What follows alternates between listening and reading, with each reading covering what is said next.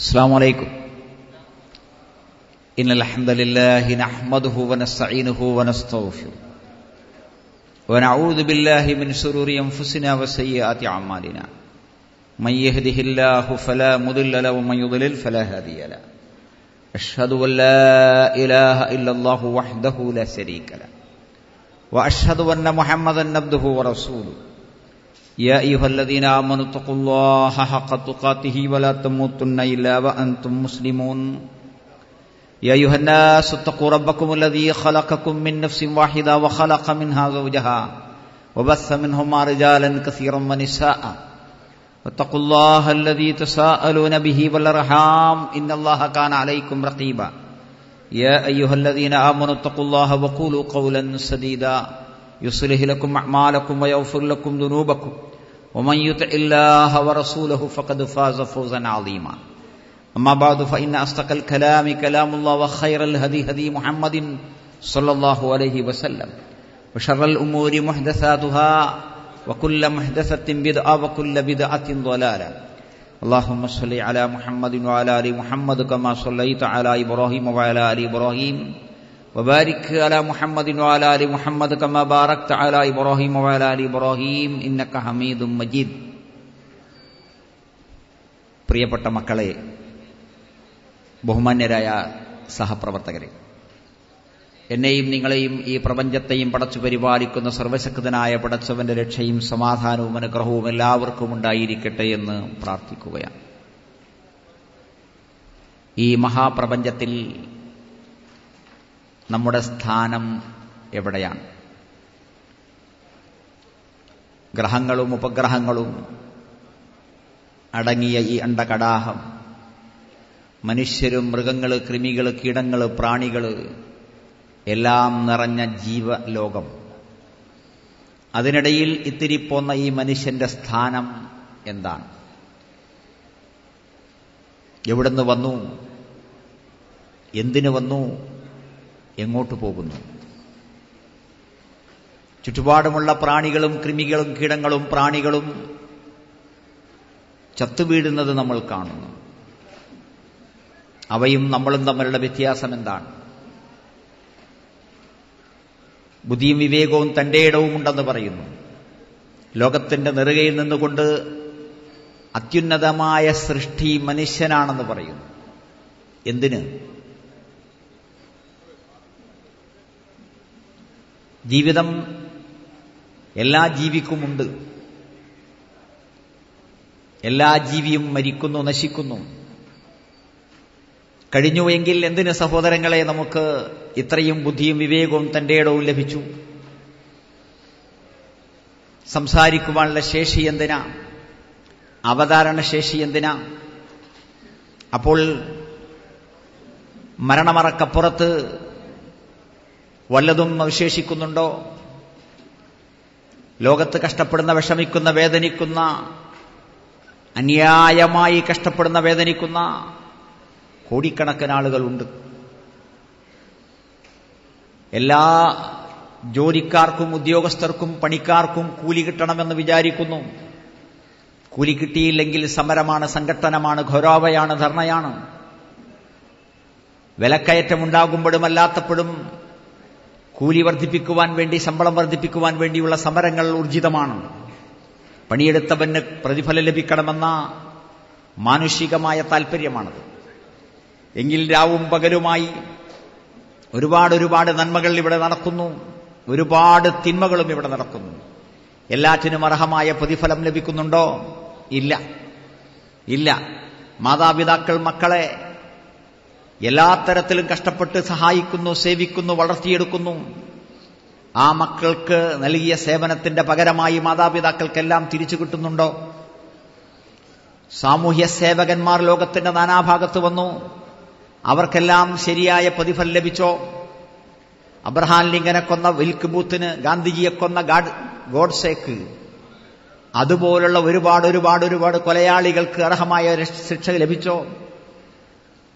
ഒരാളെ കൊന്നവനെ ഒരു പ്രാവശ്യം കൊല്ലാം, 100 ആളെ കൊന്നവനെ എന്ത് ചെയ്യാൻ പറ്റും? ലക്ഷക്കണക്കിന് ആളുകളെ കൊന്നൊടുക്കി അവരുടെ ശവശരീരങ്ങൾക്ക് മേലെ മണിമാളികൾ പടുത്തുയർത്തി കടന്നുപോയ രാഷ്ട്രനായകന്മാരുണ്ട്. എന്തു ചെയ്യാൻ പറ്റി? ഇല്ല. പോലീസ് സ്റ്റേഷൻ മുതൽ സുപ്രീം കോടതി വരെ, അതിനപ്പുറത്ത് ലോകക്കോടതി വരെ നിലവിലുണ്ട്. മനുഷ്യർ ചെയ്യുന്ന കർമ്മധർമ്മങ്ങൾക്ക് ശരിയായ പ്രതിഫലം ലഭിക്കണം എന്നൊരപേക്ഷ സമർപ്പിച്ചാൽ ആർക്കാണത് പരിഹരിക്കാനാവുക? അറിഞ്ഞുമറിയാതെയും രഹസ്യമായും പരസ്യമായും രാവും പകലുമായി ഒരുപാട് പ്രവൃത്തികൾ ലോകത്ത് നടക്കുന്നു. എല്ലാറ്റിനും ഇവിടെ പ്രതിഫലം ലഭിക്കുന്നില്ല. ഇവിടെയാണ് നമ്മുടെ മനസ്സിന്റെ തേട്ടം. പ്രതിഫലം കിട്ടേണ്ടതുണ്ട്. എന്താണ് മാർഗം? മനുഷ്യന്മാരുടെ കയ്യിൽ യാതൊരു മാർഗവുമില്ല. ബുദ്ധിയും വിവേകവും തന്റെ ഇടവുമുള്ള ഏതൊരാളോട് ചോദിച്ചാലും അതിന് യഥാർത്ഥമായ പരിഹാരമില്ല. ജോലി അവസാനിക്കുമ്പോഴാണ് കൂലി കൊടുക്കേണ്ടത്. മനുഷ്യന്റെ ജോലി അവസാനിക്കുന്നത് മരണത്തോടെയാണ്. മാർച്ച് 31 തീയതി കൂലി കൊടുക്കാൻ തീരുമാനിച്ചാലോ ഏപ്രിൽ 1 മുതൽ അടുത്ത മാർച്ച് 31 വരെയുള്ള ആളുകൾക്ക് ആർക്കും, മരിച്ചു പോകുന്ന ആർക്കും കൂലി ലഭിക്കുന്നില്ല, ശിക്ഷ ലഭിക്കുന്നില്ല. അറിയാതെ, രഹസ്യമായി, ആരും അറിയാതെ പാതിരാവിലെ തെറ്റ് ചെയ്യാൻ സന്ദർഭമുണ്ടാകുമ്പോൾ ആ തെറ്റ് ചെയ്യുന്ന ആൾക്ക് ശരിയായ ശിക്ഷ ലഭിക്കാൻ മാർഗമുണ്ടോ? ആരുമറിയാതെ നന്മ ചെയ്യാൻ വിചാരിക്കുന്നു ആളുകൾ, അവർക്ക് ശരിയായ രക്ഷ കൊടുക്കുവാൻ നമുക്ക് സംവിധാനമുണ്ടോ? ഇല്ല. മനുഷ്യൻ പരാജിതനാണ്. ഇവിടെയാണ് പ്രപഞ്ചത്തിന്റെ സൃഷ്ടാവ് ശുദ്ധമായ ശൂന്യതയിൽ നിന്ന് ഈ പ്രപഞ്ചത്തെ സൃഷ്ടിച്ച സൃഷ്ടാവ് പറയുന്നത് ഒരു പരലോകമുണ്ട്. ഇവിടെ ഇതൊന്നും ഉണ്ടായിരുന്നില്ല. മുൻമാതൃകയില്ലാതെ, ആരുടെയും സഹായമില്ലാതെ പ്രപഞ്ചത്തിന്റെ സൃഷ്ടാവ് ഈ പ്രപഞ്ചത്തെ പടച്ചു. ചോദിച്ചിട്ടല്ല, ആവശ്യപ്പെട്ടിട്ടല്ല, അപ്ലിക്കേഷൻ കൊടുത്തിട്ടല്ല, അവൻ സ്വന്തമായി. ലോകത്തറിയപ്പെടുന്ന ദൈവങ്ങൾ, ആരാധ്യന്മാർ, ദേവീദേവന്മാർ, ഔലിയ, തങ്ങന്മാര്, ബീവികൾ, അവരെ ആരെയും കൂട്ടാതെ പ്രപഞ്ചത്തിന്റെ സൃഷ്ടാവ് സ്വന്തമായി പ്രപഞ്ചത്തെ പടച്ചു. എങ്കിൽ അവൻ നമ്മളോട് പറയുന്നു, സെമിത്തേരിയിൽ, ചുടലക്കളത്തിൽ, ശവപ്പറമ്പിൽ, ശ്മശാനത്തിൽ, ഖബറിസ്ഥാനിൽ മരിച്ചു കിടക്കുന്ന മനുഷ്യന്മാർ 1000 കൊല്ലമായി, കോടിക്കണക്കിന് കൊല്ലമായി, ആദം അലൈഹിസ്സലാത്തു വസ്സലാം മുതൽ അവസാന മനുഷ്യൻ വരെയുള്ള ആളുകൾ മണ്ണിനടിയിലുണ്ട്. അവർ ആ കല്ലറ പിളർത്തി, കല്ലുകൾ അടർന്നു വീണ്, മണ്ണ് വഴിമാറി ആ ശ്മശാനത്തിൽ നിന്ന്, ഖബറിസ്ഥാനിൽ നിന്ന്, ചുടലക്കളത്തിൽ നിന്ന് ഒരു നാൾ എഴുന്നേറ്റ് വരും. എന്തിന്? ജീവിതത്തിൽ അനുഭവിച്ച വിഷമങ്ങൾക്കും ദുഃഖങ്ങൾക്കും ദുരന്തങ്ങൾക്കും പരിഹാരമുണ്ടാകാൻ, ചെയ്ത നന്മകൾക്ക്, സുഹൃതങ്ങൾക്ക്, സഹായങ്ങൾക്ക്, സേവനങ്ങൾക്ക് ശരിയായ പ്രതിഫലം ലഭിക്കാൻ. ഇതാണ് പരലോകം. ഫവറബ്ബിക്, നിന്റെ രക്ഷിതാവ് തന്നെയാണ് സത്യം. ലനഹ്സുറന്നഹും, നാം അവരെ ഒരുമിച്ച് കൂട്ടുക തന്നെ ചെയ്യും. ലനസ്അലന്നഹും, നാം അവരോട് ചോദിക്കുക തന്നെ ചെയ്യും. വവളഅൽ മീസാൻ, തുലാസ് വെച്ചിരിക്കുന്നു അവൻ. സ്വർഗമുണ്ട്, നരകമുണ്ട്, സിറാത്തുണ്ട്, വിധിയുണ്ട്, വിചാരണയുണ്ട്. അതിന് മനുഷ്യന്റെ കർമ്മധർമ്മങ്ങൾ, സൽക്കർമ്മങ്ങൾ, സുഹൃതങ്ങള്, ന്യായാന്യായതകൾ, ധർമാധർമ്മങ്ങൾ, നന്മതിന്മകളെല്ലാം രേഖപ്പെടുത്തുന്ന വ്യക്തമായ ഗ്രന്ഥം. വൈൻ അലൈക്കും ലഹഫ്ളീൻ, നിങ്ങൾക്ക് തീർച്ചയായും കാവൽക്കാരുണ്ട്. കിറാമൻ കാത്തിബീൻ, മാന്യരായ എഴുത്തുകാർ, അവർ രേഖപ്പെടുത്തി വെക്കുന്നു. പടച്ചവൻ കണ്ടുകൊണ്ടിരിക്കുന്നു. ഇന്ന റബ്ബക ലബിൽ മിർസ്വാദ്, നിന്റെ രക്ഷിതാവ് തീർച്ചയായും പതിയിരിക്കുന്ന സ്ഥാനത്താണ്. യഅലമു ഖായിനത്തൽ അയ്യുനി, കണ്ണിന്റെ കട്ടുനോട്ടങ്ങൾ അവൻ അറിയുന്നു. വമാ തുഖ്ഫി സുദൂർ, ഹൃദയങ്ങളിൽ മറച്ചു വെച്ചത്. എന്നിട്ട് ഈ പ്രപഞ്ചത്തിന്റെ സൃഷ്ടാവ് ആ ഗ്രന്ഥം നമ്മുടെ കയ്യിൽ തന്ന് വായിക്കാൻ പറയുന്ന രംഗം. ഇഖ്റ കിതാബക്, നിന്റെ ഗ്രന്ഥം നീ തന്നെ വായിക്ക്. കഫാ ബിനഫ്സിക അൽയൗമ അലൈക ഹസീബ, നിന്റെ വിചാരണക്ക് നീ തന്നെ മതി എന്ന് പറയുന്ന രംഗം. വവദി അൽ കിതാബ്, ഗ്രന്ഥം നൽകപ്പെടുന്നു. ഫതറൽ മുജ്രിമീന മുശ്ഫിഖീന മിമ്മാ ഫീഹി, അതിലെ പച്ചയായ സത്യങ്ങൾ, തുണിയെടുക്കാത്ത സത്യങ്ങൾ കണ്ടിട്ട് കുറ്റവാളി പേടിച്ച് വിറച്ചരണ്ടു പോകുന്ന രംഗം വരാൻ പോകുന്നു. കിതാബിയ, വലത് കൈയിൽ ഗ്രന്ഥം നൽകപ്പെട്ട ആള് പറയുന്നു, എന്റെ ഗ്രന്ഥം നിങ്ങളൊന്ന് വായിക്കൂ. ഇന്നീ ലനന്തു അന്നീ മുലാഖിൻ ഹിസാബിയ, ഇങ്ങനൊരു വിചാരണ നേരിടാൻ പോകുന്നുണ്ട് എന്ന കാര്യം എനിക്കറിയാമായിരുന്നു. വളരെ സന്തോഷത്തോടുകൂടി പരലോകത്ത് ഹാജരാകുന്ന രംഗം, ഈ ഒരു രംഗം വരാൻ പോകുന്നു. പടച്ചവൻ ഓർമ്മിപ്പിക്കുന്നു, ഫമയ്യഅമൽ മിസ്കാല ദർറത്തിൻ ഖൈറൻ യറ, അണുവളവ് ആര് നന്മ ചെയ്യുന്നുവോ അതവൻ കാണും. വമയ്യഅമൽ മിസ്കാല ദർറത്തിൻ ശർറൻ യറ, അണുവളവ് ആര് തിന്മ ചെയ്യുന്നുവോ അതും അവൻ കാണും. ആവശ്യമാണ്, ന്യായമാണ്. കൊലപാതകിയെ കണ്ടുകിട്ടിയാൽ ശിക്ഷിക്കുമെന്ന് പത്രദ്വാര അറിഞ്ഞാൽ നമ്മൾ പറയും നന്നായി, കിട്ടേണ്ടത് കിട്ടണമെന്ന്, അല്ലേ? അതുപോലെ നന്മ ചെയ്തവർക്ക് വല്ല അവാർഡോ സമ്മാനമോ കൊടുത്താൽ നമ്മൾ പറയും നന്നായി എന്ന്. മനുഷ്യന്റെ മനസ്സിന്റെ തേട്ടമാണ്, താല്പര്യമാണ് ഈ പ്രപഞ്ചത്തിന്റെ രക്ഷിതാവ് ഏറ്റെടുത്തിരിക്കുന്നത്. 1.25 ലക്ഷം പ്രവാചകന്മാരിലൂടെ ലോകത്തിന് നൽകിയ സന്ദേശമാണ്, അല്ലേ? ആവശ്യമാണ്, ആർക്കും തർക്കമില്ല. മാതാപിതാക്കളില്ലാതെ വളർന്ന അനാഥയായ ഒരു പെൺകുട്ടി, അവളുടെ കണ്ണുനീര് തോരുന്നില്ല, അവളുടെ സ്വപ്നങ്ങളെല്ലാം സാക്ഷാത്കരിക്കപ്പെടുന്നില്ല, ആഗ്രഹങ്ങൾ പൂർത്തിയാകുന്നില്ല. ഒരുപക്ഷെ മരണം വരെ വിഷമങ്ങളോടെ ജീവിക്കുന്ന വികലാംഗരായ സഹോദരീ സഹോദരന്മാർ, നമ്മുടെ പിഞ്ചു സഹോദരങ്ങൾ, നമ്മുടെ വലിയ മാതാപിതാക്കൾ കുറെ കാലമായി കട്ടിലിൽ കിടക്കുന്നു. എഴുന്നേറ്റ് നടക്കാൻ വയ്യ, സംസാരിക്കാൻ വയ്യ, കേൾക്കുവാൻ വയ്യ. എത്രയോ ആളുകൾ ജയിലുകളിൽ നിരപരാധികളായി കഴിയുന്നു, തെറ്റിദ്ധരിക്കപ്പെട്ടവരായി കഴിയുന്നു. ദുഷിപ്പേര്, യാതൊരു കാരണവുമില്ലാതെ ദുഷ്പേര് ഏറ്റുവാങ്ങി പുറത്തിറങ്ങി നടക്കാൻ കഴിയാതെ വീട്ടിൽ വാതിലടച്ച് കിടക്കുന്ന ആളുകളുണ്ട്. എല്ലാ നിലക്കും തിങ്ങി വിങ്ങി നിൽക്കുന്ന ആളുകളുണ്ട്. മറ്റൊരാൾ തല്ലുകൊണ്ടു, വണ്ടി വന്നിടിച്ചു, കൈയും കാലും മുറിഞ്ഞു കിടക്കുന്നു, ഒന്നും ചെയ്യാൻ കഴിഞ്ഞില്ല. സമ്പത്ത് തട്ടിയെടുക്കപ്പെട്ടു, ഒന്നും ചെയ്യാൻ കഴിഞ്ഞില്ല. ചാരിത്രം കവർന്നെടുക്കപ്പെട്ടു, ഒന്നും ചെയ്യാൻ കഴിഞ്ഞില്ല. എത്രയെത്ര ദുരന്തങ്ങളാണ്, എത്രയെത്ര ദുരിതങ്ങളാണ് ലോകത്തുള്ളത്. എല്ലാവരുടെയും മനസ്സ് വിങ്ങുന്നില്ലേ, വേദനിക്കുന്നില്ലേ? ഉണ്ട്. പ്രതിഷേധിക്കാൻ കഴിയാതെ വിഷമിക്കുന്ന ആളുകളുണ്ട്. പരിഹാരം ആവശ്യമല്ലേ? ആണ്.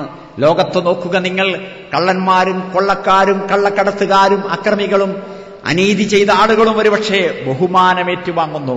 പണമായി, പണ്ടമായി, പറമ്പായി, അറയായി, വിസ്യയായി, ജോലി വാഗ്ദാനമായി സ്ത്രീധനം വാങ്ങിയ ദുഷ്ടൻ, കണ്ണിൽ ചോരയില്ലാത്ത ജന്തു, ആ ആൾക്ക് കല്യാണ സദസ്സിൽ അംഗീകാരമാണ്, ബഹുമാനമാണ്.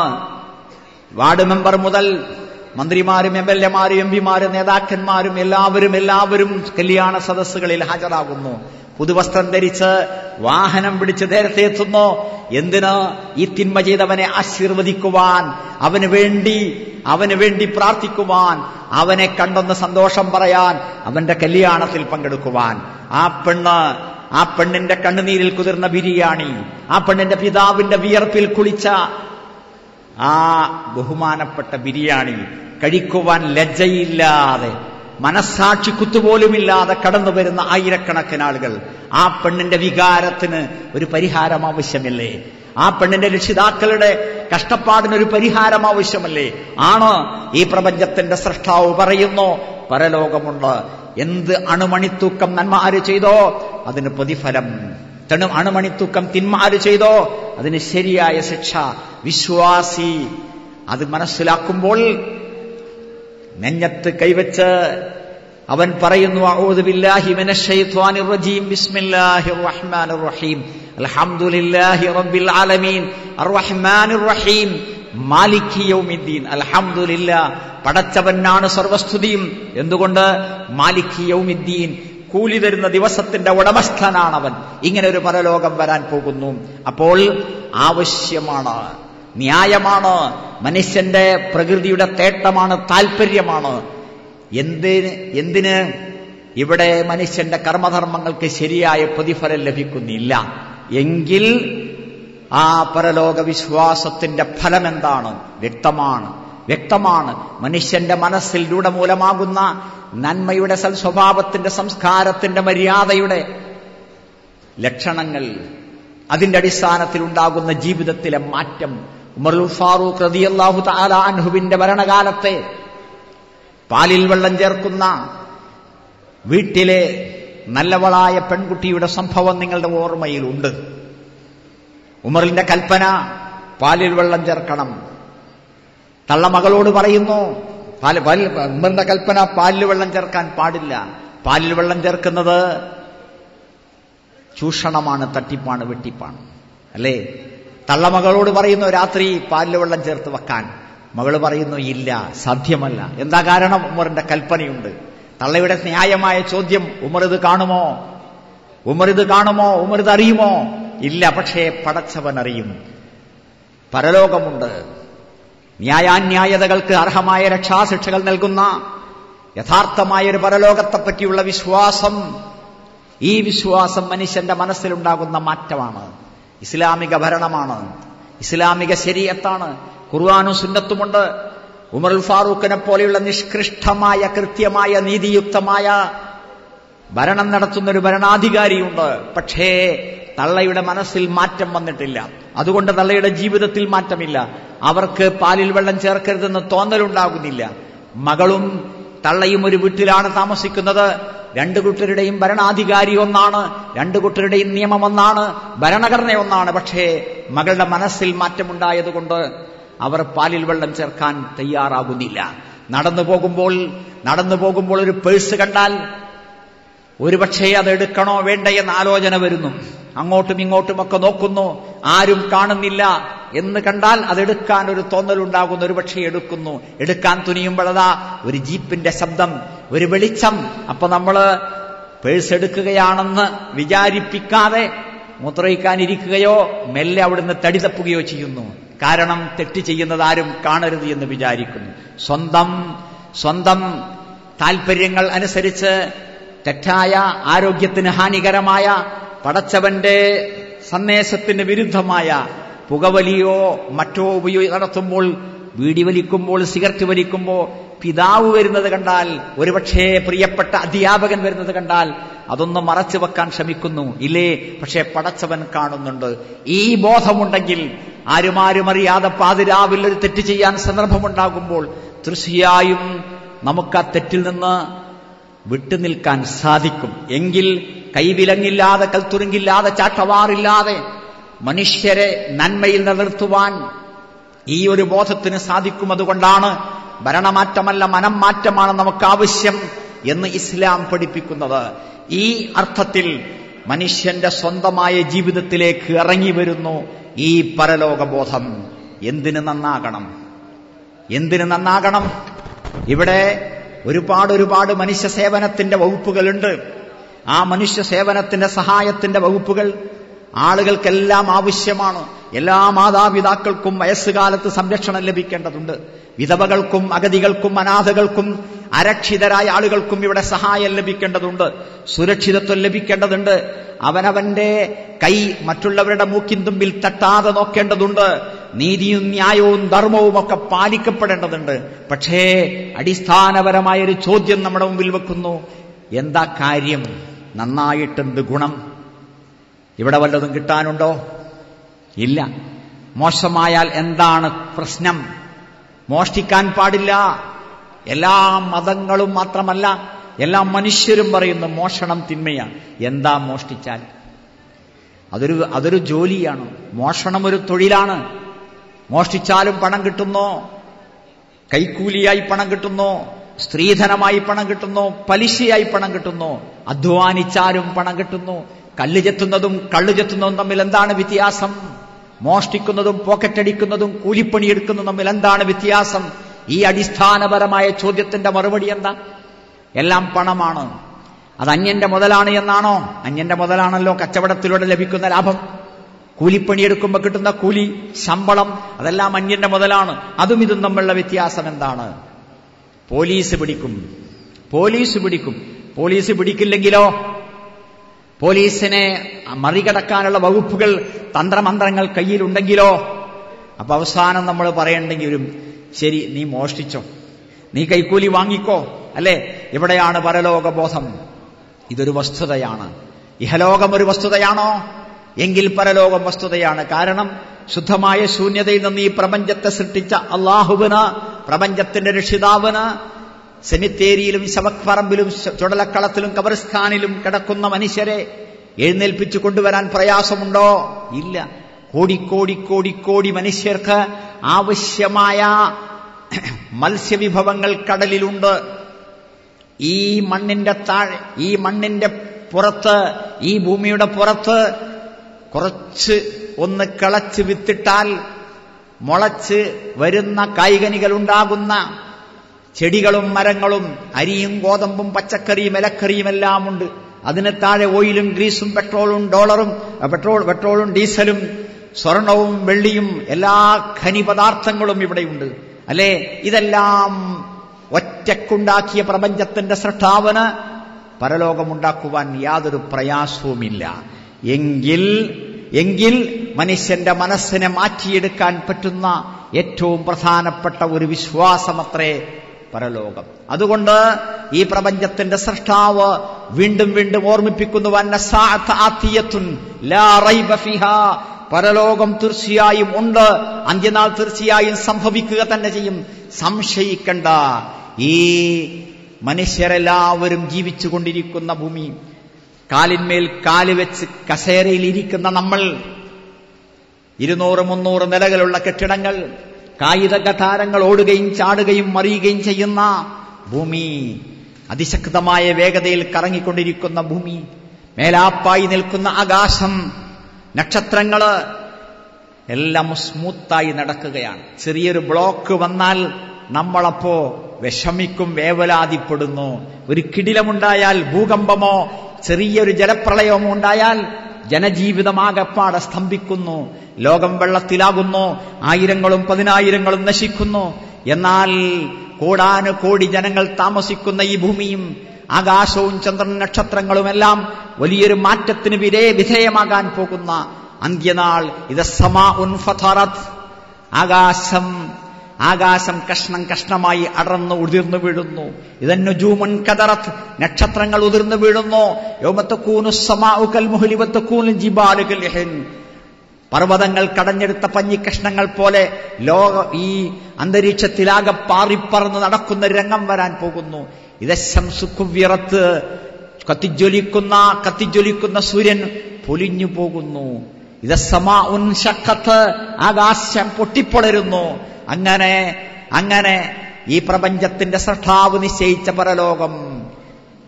വഅഖ്റജത്തിൽ അർളു അസ്ഖാലഹാ, ഭൂമി അതിന്റെ ഭാരങ്ങളെല്ലാം പുറത്തേക്ക് തള്ളുന്നു. യൗമൈദിൻ തുഹദ്ദിസു അഖ്ബാറഹാ, ഭൂമി അതിന്റെ വൃത്താന്തങ്ങൾ പറയുകയാണ്, ഭൂമി സംസാരിക്കുകയാണ്. ബിഅന്ന റബ്ബക ഔഹാലഹാ, പടച്ചവൻ നൽകിയ സന്ദേശമാണ്.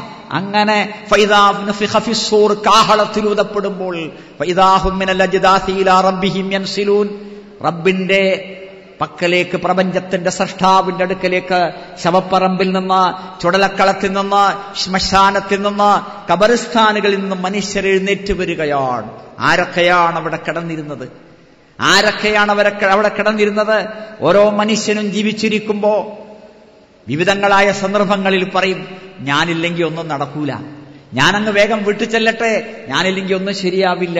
അങ്ങനെ ഞാനില്ലെങ്കിൽ ഒന്നും ശരിയാവില്ലെന്ന് വിചാരിച്ച മനുഷ്യരൊക്കെയും ഇപ്പോൾ ഖബറിൽ കിടക്കുന്നു. നമ്മളും ഒരു നാൾ മരിക്കാൻ പോകുന്നു. ഈ സമ്മേളനം കഴിഞ്ഞ് നാളെ വീട്ടിലേക്ക് മടങ്ങണമെന്ന് ആഗ്രഹിക്കുന്നു നമ്മൾ.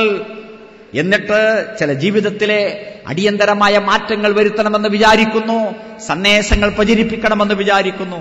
പടച്ചവൻ നമ്മളെ എല്ലാവരെയും അനുഗ്രഹിക്കുമാറാകട്ടെ. ആരൊക്കെ വീട്ടിലെത്തും? ആരൊക്കെ തിങ്കളാഴ്ച ക്ലാസ്സിലെത്തും? ആരൊക്കെ സ്വപ്നങ്ങൾ സാക്ഷാത്കരിക്കും? അടുത്തതായി പറയാൻ ആഗ്രഹിക്കുന്ന വാചകം, വാക്ക്, അക്ഷരം, അത് മുഴുവനാക്കാൻ ഈ നാവിന് കരുത്തുണ്ടാകുമോ? ഈ പരിപാടി കഴിഞ്ഞ് ജീവനോടെ നമ്മൾ വാഹനത്തിൽ കയറും. അതല്ല, നമ്മുടെ മയ്യത്തുമായി നമ്മുടെ സഹോദരങ്ങൾ, നമ്മുടെ ബന്ധുമിത്രാദികൾ ഖബറിസ്ഥാനിലേക്ക് കടന്നു പോകുമോ? പറയാനറിയില്ല. ലോകത്ത് ഏതൊരു മനുഷ്യനും പറയാനറിയാത്ത വിധം മരണമനിശ്ചിതമാണ്. ഇതുപോലെ അന്ത്യനാൾ സംഭവിക്കുക തന്നെ ചെയ്യും. ആ അന്ത്യനാൾ സംഭവിക്കുമ്പോൾ ഇവിടുന്ന് അങ്ങോട്ട് നോക്കിയാൽ എല്ലായിടത്തും കാണാവുന്ന വിധത്തിൽ ആദം അലൈഹിസ്സലാത്തു വസ്സലാം മുതൽ ആദ്യത്തെ മനുഷ്യൻ മുതൽ അവസാന മനുഷ്യർ വരെ എല്ലാവരും ഒരുമിച്ച് കൂടപ്പെടുന്ന അന്ത്യനാൾ. അവിടെയാണ് പടച്ചവന്റെ വിചാരണ നടക്കുന്നത്. മനുഷ്യർ മറ്റുള്ളവർക്ക് കാണാനും കേൾക്കാനും പറ്റാത്ത വിധത്തിൽ സ്വകാര്യമായി ചെയ്തിരിക്കുന്ന നന്മകളും തിന്മകളും സഹോദരാ, അതാരും അറിഞ്ഞിട്ടില്ല. പെങ്ങളെ, അതാരും അറിഞ്ഞിട്ടില്ല. പക്ഷേ റബ്ബുൽ ഇസ്സത്ത് കണ്ടിട്ടുണ്ട്. സൂറത്തു ഖാഫ് 16, 17, 18 ആയത്തുകൾ നമ്മുടെ മുമ്പിലുണ്ട്. അല്ലേ? വനഅലമാതു വസ്വിസു ബിഹി നഫ്സുഹു, മനുഷ്യന്റെ മനസ്സ് മന്ത്രിക്കുന്നത് എന്താണെന്ന് നാം അറിയുന്നു. അഖ്റബു ഇലൈഹി മിൻ ഹബ്ലിൽ വരീദ്, ജീവനാടിയേക്കാളേറെ നാം മനുഷ്യനോട് അടുത്തവനാണ്. മയൽഫിദു മിൻ ഖൗലിൻ ഇല്ലാ ലദൈഹി റഖീബുൻ അതീദ്, കാവൽക്കാരില്ലാതെ ഒരാളും ഒരു വാക്കും ഉച്ചരിക്കുന്നില്ല. എല്ലാം കണ്ടിട്ടുണ്ട്. വജാഅത്ത് സക്കറത്തുൽ മൗത്ത്, മരണത്തിന്റെ വെപ്രാളം കടന്നു വരുന്നു. ഇതുപോലെ ഖിയാമത്ത് നാൾ ഉണ്ടാകുന്നു. അപ്പോൾ മനുഷ്യന്റെ കർമ്മധർമ്മങ്ങൾക്ക് ശരിയായ രക്ഷാശിക്ഷകൾ നൽകുന്ന അന്ത്യനാൾ, അവിടെ അവൻ പിടിക്കപ്പെടുന്നു, അവിടെ അവൾ പിടിക്കപ്പെടുന്നു. എങ്കിൽ ഇതിന്റെ ഫലമായി നമുക്കുണ്ടാകുന്ന രണ്ടാമത്തെ മാറ്റം എന്താണ്? സഹോദരങ്ങളെ, പ്രിയപ്പെട്ട മക്കളെ, നമുക്കൊന്നും ഭയപ്പെടാനില്ല. കാരണം എല്ലാറ്റിനും പരിഹാരമുണ്ട്. മുള്ളുകുത്തുന്നത് നമ്മൾ അറിയാതെയാണ്. എത്ര ശ്രദ്ധിച്ചാലും ഒരുപക്ഷെ കാല് കല്ലിൽ വെച്ച് മുട്ടി എന്ന് വരും, ചോരയൊലിച്ചു എന്ന് വരും, നഖം തെറിച്ചു എന്ന് വരും. പക്ഷേ ഇതിന് പരിഹാരം ലോകത്തില്ല. ഇങ്ങനെയൊന്നും സംഭവിക്കാതെ, ആരും ആശുപത്രിയിൽ പോകാതെ,